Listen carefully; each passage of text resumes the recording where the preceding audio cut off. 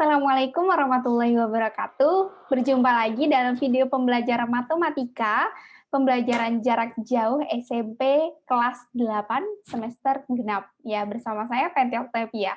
Nah, pada kesempatan kali ini masih sama kita pada bab statistika, yaitu kita akan mempelajari ukuran penyebaran data. Nah, bagaimana cara menentukan ukuran penyebaran data?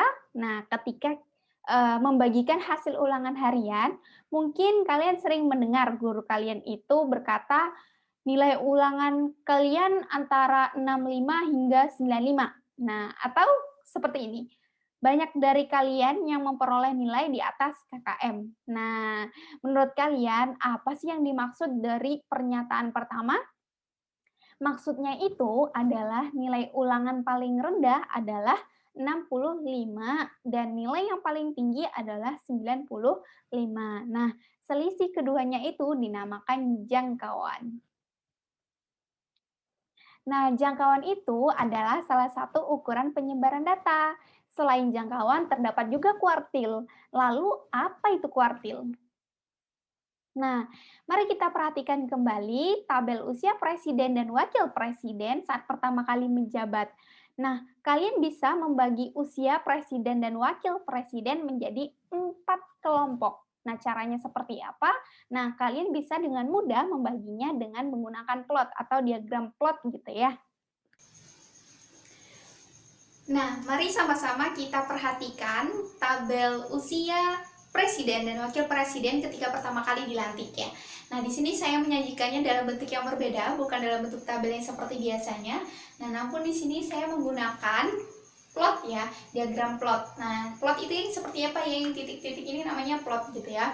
Nah, di sini kita urutkan dulu, kita buat rentang boleh di sebelum data yang paling terkecil dan data yang terbesar gitu ya.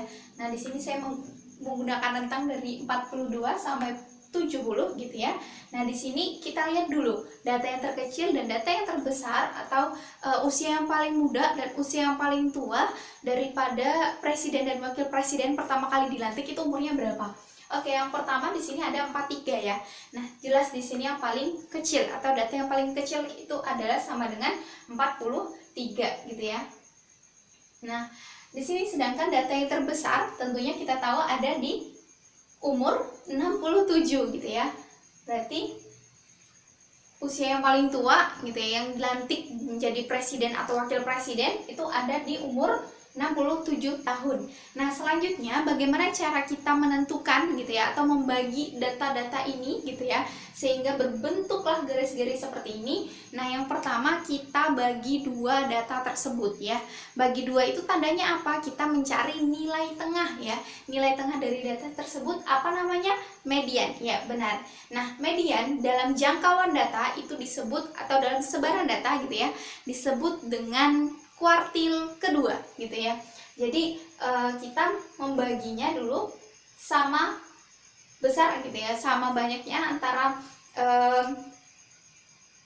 data yang sebelah kanan dengan yang sebelah kiri gitu ya, ibaratnya seperti itu. Atau data yang lebih besar dan lebih kecil itu sama banyak gitu ya, di tengah-tengahnya nilainya yang berapa. Nah, kita peroleh tadi nilainya adalah mediannya itu adalah sama dengan 59 gitu ya. Nah, 59 ini adalah kuartil kedua dari usia presiden atau wakil presiden pertama kali dilantik gitu ya. Nah, selanjutnya setelah kita bagi dua nih, kita yang bisa lakukan apa gitu ya? Kita bagi dua lagi gitu ya. Sisi kanan dulu boleh atau sisi kirinya dulu gitu. Nah, kalau misalnya kita menggunakan dari sisi kirinya gitu ya. Dari sisi kirinya atau lebih mudahnya gini deh. Kita buat dari data yang seperti ini yang biasa gitu ya. Kita urutkan gitu satu-satu, kita sebutkan, jangan menggunakan plot seperti ini. Nah, akan menghasilkan seperti ini gitu ya. Nah, ini median atau kuartil keduanya tadi. Lalu selanjutnya kita bagi dua di antara ke sini. Nah, dihitung dari 58 ya. Nah, karena memang 59 itu adalah mediannya gitu. Berarti 59 ini 59 tahun itu tidak masuk hitungan lagi. Nah, pertama kita menghitungnya dari sini ya, berapa banyaknya, lalu kita bagi dua, sama ketika kita mencari median tadi. Oke, dari 58 ya, atau dari 43 dulu. 1, 2, 3, 4, 5, 6, 7. Nah, 7 maka nilai tengahnya ada di tengah-tengah sini ya, tengah-tengah antara tiga pertama gitu ya, 1, 2, 3 atau 3 dari sini, 1, 2, 3. Nah, maka tengah-tengahnya adalah 53. Nah, 53 ini yang kita namakan adalah kuartil ke-1 gitu ya, atau kita tulis bisa Q1. Q1 itu berarti sama dengan 53. Nah, sehingga kalau kita letakkan di plot gitu ya, maka Q1-nya itu bisa kita garis langsung gitu ya, Q1-nya ini gitu ya. Nah, di sini Q1-nya adalah sama dengan 53 gitu ya. Oke, selanjutnya untuk yang sisi yang lebih besar gitu ya, data yang lebih besar begitu. Sisi yang kanan. Nah, di sini bagaimana cara kita melihat penyebaran datanya? Nah, dari sini ya, ini juga 59-nya tidak dihitung lagi, kita mulai hitung dari 61. Maka sisanya ada berapa? 1, 2, 3, 4, 5, 6, 7. Sama dengan tadi, maka kita bagi 2 gitu ya, atau nilai tengahnya kita cari titik tengahnya itu yang mana, diperolehlah dari sini ya, benar ya, karena di sini 3 sama, ke sini juga 3. Alhasil gitu ya, Q3-nya sama dengan 61, atau kuartil yang ketiga sama dengan 1. Sama dengan 61, mohon maaf, 61 tahun gitu ya. Nah, berarti maknanya apa? 61 ini semuanya gitu ya, semuanya ini adalah kuartil ketiga dari usia presiden atau wakil presiden, usia presiden dan wakil presiden ketika pertama kali dilantik gitu ya. Nah, di sini maka kita dapatkan Q3-nya itu di 61 gitu ya. Nah, di sini ada 4 buah dari 61 datanya gitu ya. Nah, di sini sudah kita bisa lihat gitu ya, sudah dapat data terkecil, data terbesar, ada kuartil 1, kuartil kedua, kuartil ketiga gitu ya. Ini sama dengan 61. Nah, sehingga gitu ya, kita dapat mencari pula jangkauannya seperti apa. Lah, jangkauan apa yang kita tahu dari jangkauan tadi rumusnya? Maka nilai yang terbesar dikurangkan dengan nilai yang terkecil gitu ya. Nah, atau data yang terbesar dikurangkan dengan data yang terkecil gitu ya. Di sini kita punya 67. Data terbesarnya 67. Data yang terkecilnya adalah 43. Maka kita kurangkan ya selisihnya gitu ya. Jangkauan itu adalah selisih data terbesar dengan data yang terkecil gitu ya. Maka kita peroleh 67 kurang 43 sama dengan 24. Maka jangkauan usia presiden dan wakil presiden ketika pertama kali dilantik itu adalah 24. Penyebaran data merupakan ukuran yang menjelaskan distribusi dari suatu kumpulan data. Nah, ukuran penyebaran data itu antara lain jangkauan, kuartil bawah atau kuartil 1 gitu ya. Lalu yang kedua kuartil tengah atau median yang biasa kita cari gitu ya, nilai tengahnya gitu. Dan selanjutnya kuartil atas atau kuartil 3 gitu. Nah, kita masuk ke contoh yang pertama. Di sini sudah terdapat tabel ya, tabel yang menunjukkan panjang beberapa ular sanca atau ular piton gitu ya. Nah, tentukanlah jangkauan dari panjang ular sanca dengan ya data yang sudah ada pada tabel tersebut. Nah, selanjutnya kita akan mencari jangkauan panjang ular sanca. Di sini sudah ada tabel yang sudah disediakan gitu ya.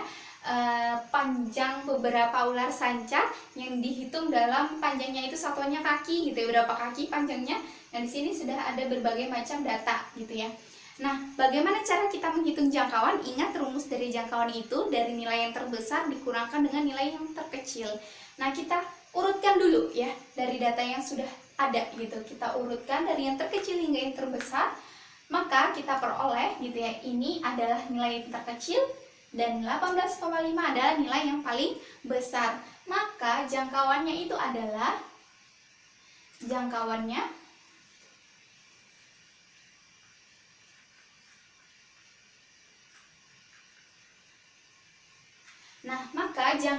itu adalah 18,5 dikurangkan 5, maka hasilnya adalah 13,5. Jadi, jangkauan panjang ular sanca itu adalah sebesar 13,5 kaki. Lalu, kuartil itu adalah kuartil dari kumpulan data membagi data. Ya, kuartil dari kumpulan data membagi data menjadi 4 bagian yang sama. Ingat bahwa median atau kuartil kedua membagi data menjadi 2 bagian yang sama. Nah, kalau misalnya median itu membagi 2 bagian yang sama, sedangkan kuartil itu membagi 4 bagian yang sama. Nah, baik, selanjutnya apa itu kuartil dan bagaimana cara kita mencarinya? Nah, yang pertama kita menentukan gitu ya. Ini sudah disediakan data misalnya gitu ya. Di sini ada data dan kita cari dulu nilai tengahnya seperti apa dan di mana gitu ya. Nah, nilai tengahnya itu kita lihat banyaknya data ada 10 ya. Kalian bisa hitung sendiri gitu ya. Nah, di sini banyak datanya ada 10.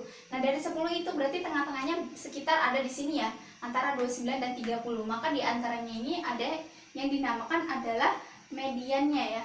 Median. Maka di antara ini adalah nilainya 29,5 gitu ya. 29,5. Nah, pertanyaannya di mana kuartil pertama, di mana kuartil 3? Nah, di sini kan median itu kita tahu tadi adalah sama dengan kuartil kedua. Nah, kuartil pertama dan kuartil ketiganya itu yang mana gitu ya. Nah, dari data yang di sini berarti kita peroleh nilai tengahnya itu berarti 23 untuk kuartil yang pertama gitu ya. Nah, selanjutnya dari data yang ada di sini untuk nilai tengahnya yang mana? Berarti di 32 untuk kuartil berapa? Udah 1, 2. Nah, di sini berarti kuartil ketiga. Nah, selanjutnya jangkauan interkuartil itu apa? Nah, jangkauan interkuartil itu adalah selisih antara kuartil atas, apa yang biasa kita bilang tadi kuartil ketiga, dan kuartil bawah yang kita sebut juga nama lainnya adalah kuartil pertama. Nah, itu yang dinamakan jangkauan interkuartil. Jangkauan interkuartil ini juga merupakan salah satu ukuran penyebaran data. Nah, setelah kita peroleh kuartil pertama dan kuartil ketiga, apa yang akan kita cari kembali? Yaitu adalah jangkauan interkuartil. Jangkauan interkuartil itu apa? Yaitu selisih antara kuartil ketiga dengan kuartil pertama. Nah, caranya seperti apa? Karena tadi dikatakan selisih, maka kita langsung kurangkan saja. Yaitu kuartil ketiga 32 dikurangkan dengan kuartil pertama yaitu 23. Maka hasilnya adalah 9 gitu ya. Nah, 9 ini adalah jangkauan interkuartil.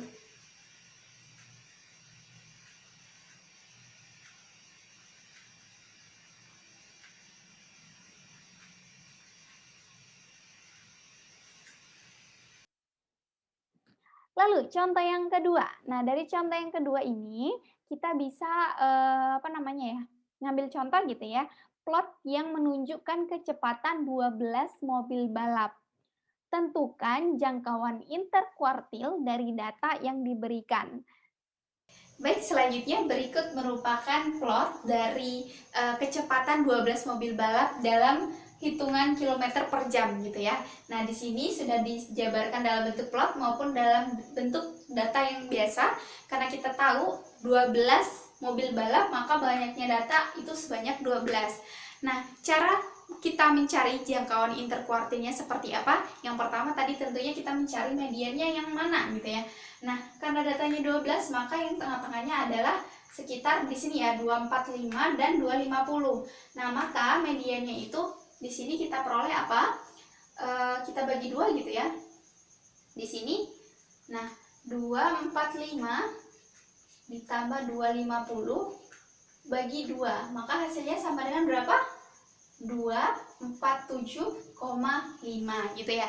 Untuk mediannya atau kuartil kedua gitu ya. Nah, di sini. Selanjutnya setelah kita dapat dari kuartil kedua, apa yang akan kita lakukan? Selanjutnya yang akan kita lakukan itu membagi dua dari sisi yang nilai tengahnya gitu ya. Nah, kita bagi yang sisi sebelah sini dulu ya, sebelah kanannya dulu untuk mencari kuartil ketiga. Boleh ya. Nah, dari kuartil ketiga di sini ada berapa? 1, 2, 3, 4, 5, 6. Nah, maka nilai tengah dari ke-6 data tersebut adalah di sini gitu ya. Berarti 250 ditambah 260 dibagi 2, maka hasilnya adalah sama dengan 255. Ya, benar. Ini untuk kuartil ketiga. Nah, selanjutnya untuk data yang sebelah kiri gitu ya, data yang lebih kecil, untuk mencari kuartil yang pertama tentunya kita juga mencari nilai tengahnya gitu ya. Maka nilai tengahnya berada di sini ya, antara 230 dengan 240 di sini. Nah, maka kita peroleh hasil 230 ditambah 240 dibagi 2, hasilnya adalah sama dengan untuk kuartil yang pertama 235. Nah, maka dapat kita peroleh jangkauan interkuartilnya adalah Q3 dikurang Q1 gitu ya. Maka 255 dikurangi 235. Hasilnya berapa? Hasilnya adalah 20 gitu ya. Nah, untuk menentukan kuartil dari suatu data yang disajikan dalam tabel frekuensi, kita akan mengalami sedikit kesulitan. Namun, dapat kita perhatikan bahwa kuartil itu dapat membagi suatu data menjadi 4 bagian yang sama. Nah, jadi tidak terlepas dari frekuensinya, kita tetap bisa membagi 4 sama banyak gitu, sama besarnya gitu ya, menjadi 4 bagian. Alhamdulillah kita sudah sampai ke video yang terakhir ya, video penutup. Nah, kita tadi sudah banyak belajar ya mengenai, jangkauan itu apa, kuartil itu apa, interkuartil atau jangkauan interkuartil itu seperti apa. Nah, tadi sudah kita pelajari gitu ya, cara mencarinya juga seperti apa, kita sudah mempelajarinya. Nah, semoga apa yang saya sampaikan bermanfaat untuk kita semua. Lebih kurangnya saya mohon maaf. Wassalamualaikum warahmatullahi wabarakatuh.